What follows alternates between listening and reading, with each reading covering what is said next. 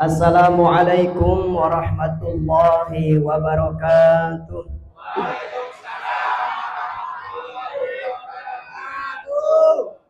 Yang di belakang jelas Bu suaranya? Ya, karena tertutup hijab. Bismillahirrahmanirrahim.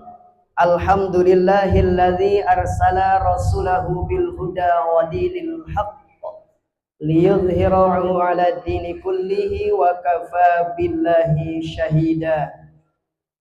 Amma ba'du, qala Allah ta'ala fil Qur'anil Karim wa huwa asdaqul qailin. A'udzu billahi minasy syaithanir rajim. Bismillahirrahmanirrahim. Syahrul Ramadan alladzi unzila fihil Qur'an hudan linnasi wa bayyinatin minal huda wal furqan. Wa qala an-nabiyyu sallallahu alaihi wasallam man shoma ramadhana imanan wa ihtisaban ghufira lahu ma taqaddama min dhanbihi wa man qama ramadhana imanan wa ihtisaban ghufira lahu ma taqaddama min dhanbihi. Para pengurus yang dirahmati Allah Subhanahu wa taala, Dewan Kemakmuran Masjid Al-Istiqomah, jamaah sekalian, Bapak Ibu yang hadir malam hari ini di malam ke berapa Pak? 13. Saya hampir lupa ini, nggak pernah hitung soalnya. Biar nggak kerasa tahu-tahu lebaran. Kirain saya sekarang malam 29. Alhamdulillah malam hari ini kita sudah di malam ke-13 dengan rahmat dan izin juga kudrah Allah. Kita masih diberikan sehat, masih diberikan kekuatan, masih diringankan langkah kaki kita dari rumahnya masing-masing menuju masjid ini untuk melaksanakan sholat isya berjamaah. Insya Allah nanti kita lanjutkan sholat sunnah tarawih. Karena dalam hadis yang tadi dibacakan, orang yang berpuasa dia harus menyempurnakan puasanya dengan qiyamul lail. Qiyamul lail bulan puasa, bulan Ramadan itu kita sebut sholat sunat tarawih. Jadi sesibuk apapun sempatkan sholat sunat tarawih dimanapun berada untuk menyempurnakan ibadah siang kita puasa. Saking pentingnya maka bulan Ramadan ini untuk mendapatkan keagungan dan kemuliaannya, yang wajibnya kita perbaiki, yang sunnahnya kita ditingkatkan. Dan kesempatan malam hari ini insya Allah saya akan menyampaikan satu buah hadis riwayat Ibnu Hibban dan Imam At-Tirmidzi. Qala Rasulullah sallallahu alaihi wasallam, la tazulu qadama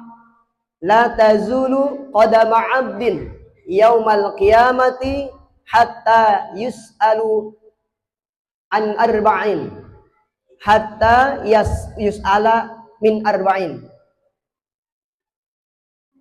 Seorang manusia di akhirat kelak dia tidak akan pernah melangkahkan terlebih dahulu kakinya, kedua kakinya, entah itu dia mendapatkan kenikmatan masuk surga atau bahkan sebaliknya, sebelum ditanya dan dipertanggungjawabkan 4 hal. Yang pertama, an umrihi fima afnahu. Yang akan dipertanggungjawabkan yang pertama adalah usia. Maka penting bagi kita di setiap saat itu hadirkan rasa syukur kepada Allah Subhanahu wa ta'ala. Usia kita ada yang paling sepuh berapa? Ada yang 100 tahun? Masya Allah. Rata-rata usia standar dari Rasul aja berapa? 63. Jadi yang 62 siap-siap. Yang sudah lewat 63 syukurin karena Allah kasih bonus. 100 hari pas hari Rabu tadi, almarhum kakek saya Pak, beliau meninggal dalam usia 99 tahun. Tadi hari Rabu 100 hari. Allahumma gfirlah. Jadi usia kita yang ada saat ini, syukuri, nikmati dengan ibadah. Apalagi kalau sudah 40 tahun. Itu kuncinya Pak. Kalau sudah 40 tahun, istiqomah dalam kebaikan, insya Allah terus baik. Amin ya robbal. Tapi kalau sebaliknya nih, 40 tahun usia kita masih nggak jelas, insya Allah nanti kesananya nggak lebih jelas. Na'udzubillah. Itu catatan dari baginda Nabi SAW. Usia 40. Kenapa 40 tahun, angka 40 tahun itu istimewa? Di antaranya itu. Kalau ngelihat usia 40 tahun itu, harus orang itu udah istiqomah dalam kebaikan. Maka insya Allah akan istiqomah sampai meninggal dunia. Yang kedua, puber kedua. Saya udah mau 40 tahun, berarti puber kedua ini. Yang kedua, yang akan ditanyakan dan dipertanggungjawabkan adalah anjasadihi, jasad kita ini, dari mulai rambut di atas kepala sampai ujung kaki. Ini akan dipertanggungjawabkan di hadapan Allah Subhanahu wa Ta'ala. Mata kita digunakan saat di dunia untuk apa? Tangan kita digerakkan untuk apa? Kakinya melangkah kemana? Semua itu tidak terlepas dari pantauan CCTV-nya Gusti Allah Subhanahu wa Ta'ala yang akan nanti dipertanggungjawabkan di akhirat. Yang ketiga, an ilmihi, ilmu yang kita punya hari ini, terutama ilmu agama, kita pakai ibadah, kita amalkan apa tidak? Apakah ilmunya itu untuk meningkatkan ibadah dan taatnya kepada Allah, atau malah sebaliknya menjerumuskan ilmunya itu pada jurang kesesatan? Na'udzubillah. Kalau begitu, orang berilmu saja belum tentu nanti selamat. Orang berilmu belum tentu selamat. Karena surga bukan milik ustadz. Surga bukan orang yang saat ini pakai bendo, pakai jubah, bukan. Kita punya peluang semuanya. Makanya ilmu yang sudah didapat, tentunya sedikit demi sedikit kita amalkan. Supaya apa? Supaya nanti di akhirat gak berat kita mempertanggungjawabkan ilmu yang kita dapatkan itu. Dan yang terakhir, ini yang paling berat. Makanya yang 1, 2, 3 saya persingkat. Yang 4-nya panjang Pak. Nomor 4, ini yang paling berat. Ini yang pertanyaannya paling banyak. Harta. Pertama, harta itu didapat dari mana? Jalannya halal atau tidak? Setelah didapatkan hartanya, sudah didapatkan, hartanya dipakai apa?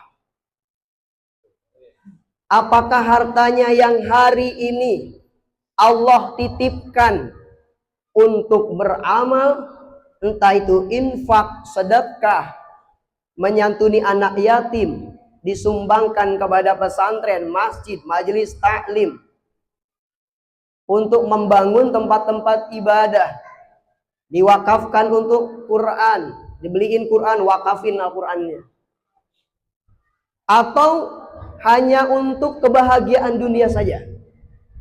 Punya uang, dititipkan harta yang banyak, kerjaannya jalan-jalan terus. Bukan gak boleh, saya juga suka jalan-jalan Kak. Kalau ada duit ya jalan-jalan.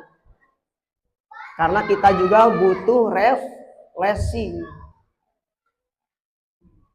Maka harta ini Setelah kita gunakan yang terakhir, dari mana kita dapatkan hartanya? Harta kita ini Pak, berat nanti kita pertanggungjawabkan. Harta yang banyak akan lebih lama dipertanggungjawabkan. Harta yang sedikit pun sama dipertanggungjawabkan. Jadi mending banyak apa sedikit? Mending banyak. Banyak tapi kita mampu mempertanggungjawabkannya. Karena harta ini kalau dimiliki, kalau dipegang oleh orang yang berilmu, tentunya harta ini akan mendekatkan dirinya kepada Allah Subhanahu wa ta'ala. Dan harta ini akan menjadi jalan keselamatan bagi dirinya. Kalau yang megangnya ahli ilmu. Kenapa? Karena dia tahu. Pertama, harta itu akan menjadi fitnah. Dan yang kedua, orang yang berilmu akan tahu harus diapain nih harta. Kalau dititipinnya, kalau yang punya, yang memilikinya orang yang berilmu. Tapi kalau orang yang tidak berilmu, harta itu habis, tidak ada apa-apanya. Dia tidak tasarrufkan ke jalan Allah Subhanahu wa ta'ala. Harta itu nggak hanya uang, Pak. Yang hari ini rumahnya mewah, yang hari ini punya rumah di mana-mana, itu semua akan kita pertanggungjawabkan. Harta yang banyak akan lebih lama pertanggungjawabannya ditimbang harta yang sedikit. Bukan tidak boleh kita banyak harta, yang penting kita bisa bawa harta itu kemana.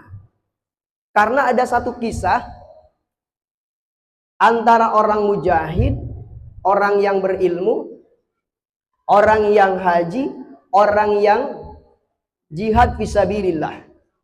Dia ini nanti di depan pintu surga, mereka berdebat, Pak. Kenapa mereka berdebat? Karena ingin masuk duluan ke surga. Kata orang yang punya harta banyak, kemudian dia hajian, ditanya oleh malaikat Jibril atas tugas dari Allah, suruh diadili, kenapa kamu pengen masuk duluan ke surga? Saya pernah mendengar suatu ustadz yang ceramah yang menyampaikan bahwa siapa orang yang berhaji dan hajinya mabrur, maka akan masuk surga. Begitupun dengan orang yang punya harta kemudian dia jihad fisabilillah. Jawabannya sama. Karena saya pernah mendengar orang mujahid, dia akan masuk surga karena dia sudah jihad fisabilillah. Tapi orang yang berilmu, apa jawabannya? Saya ini bisa pesantren, saya ini bisa menyampaikan ilmu hingga hari ini itu berkatnya orang yang punya harta. Saya dibiayain, saya dipesantrenin, saya dibeliin kitab, saya dibeliin Al-Quran. Setiap bulan dikasih dikasih buat infaknya, dibiayain semua pesantren. Maka yang dipersilahkan terlebih dahulu adalah orang yang punya harta. Jadi orang yang punya harta tuh masuk duluan ke surga. Kemudian orang yang berilmu, orang yang berjihad, orang yang naik haji dan hajinya mabrur. Itu pentingnya, ya. Maka silakan kita punya harta yang banyak, titipan Allah, tapi yang penting apa? Kita mampu mempertanggungjawabkannya, kita mampu membawanya, ditasarrufkan kemana harta kita supaya menjadi jalan ibadah mendekatkan diri kepada Allah Subhanahu wa ta'ala. Itu 4 hal yang harus kita siapkan sebelum ajal tiba, sebelum nanti kita mempertanggungjawabkannya. Kita harus persiapkan agar kita selamat baik di dunia maupun di akhirat. Terlebih pertanyaan, pertanggungjawaban nanti di akhirat bisa kita jawab, bisa kita pertanggungjawabkan sehingga bisa menyelamatkan semuanya. Amin ya rabbal alamin. Di antaranya amalan yang tidak boleh tertinggal bulan Ramadan, amalan sunnah untuk menggapai kemuliaannya, 1 baca Quran, Yang kedua, infak sedekah. Ini jangan pernah ditinggalin, Pak, bulan Ramadan. Walaupun cuma 2.000 sedekah subuh setiap hari istiqomah. Karena sayang pahalanya. Jangan pernah ditinggalkan. Jadi kalau ada nanti kotak amal, tadi kotak amal udah itu belum? Jangan pura-pura merem, Pak. Kalau ada kotak amal diisi, ya. Kalau ada yang merah, biru, hijau, yang dipilih yang mana? Yang belum. Ya, mudah-mudahan semua kita oleh Allah Subhanahu wa taala diluaskan rezekinya, ya, sehingga kalau sudah luas, kita sudah tahu bagaimana cara mempertanggungjawabkannya, kita akan tasarrufkan di jalan Allah Subhanahu wa taala. Amin ya rabbal alamin. Nanti terakhir kita ada apa? Keluarin harta zakat fitrah, ya. Dari sekarang persiapkan, berikan zakat fitrah yang terbaik dari apa yang kita makan. Kalau kita makannya yang 10.000, beli berasnya yang 15.000, itu cakep, Pak. Kalau kita makan yang 10.000 1 liter, ngasihnya yang 8.000, itu busuk, Pak. Ya, jadi berikan yang terbaik untuk zakat fitrah, karena bukan untuk siapa-siapa, untuk diri kita, mensucikan harta di bulan suci Ramadan dan sebelum sholat Idul Fitri. Demikian yang saya bisa sampaikan. Wallahul muwaffiq ila aqwamit thoriq. Wassalamualaikum warahmatullahi wabarakatuh.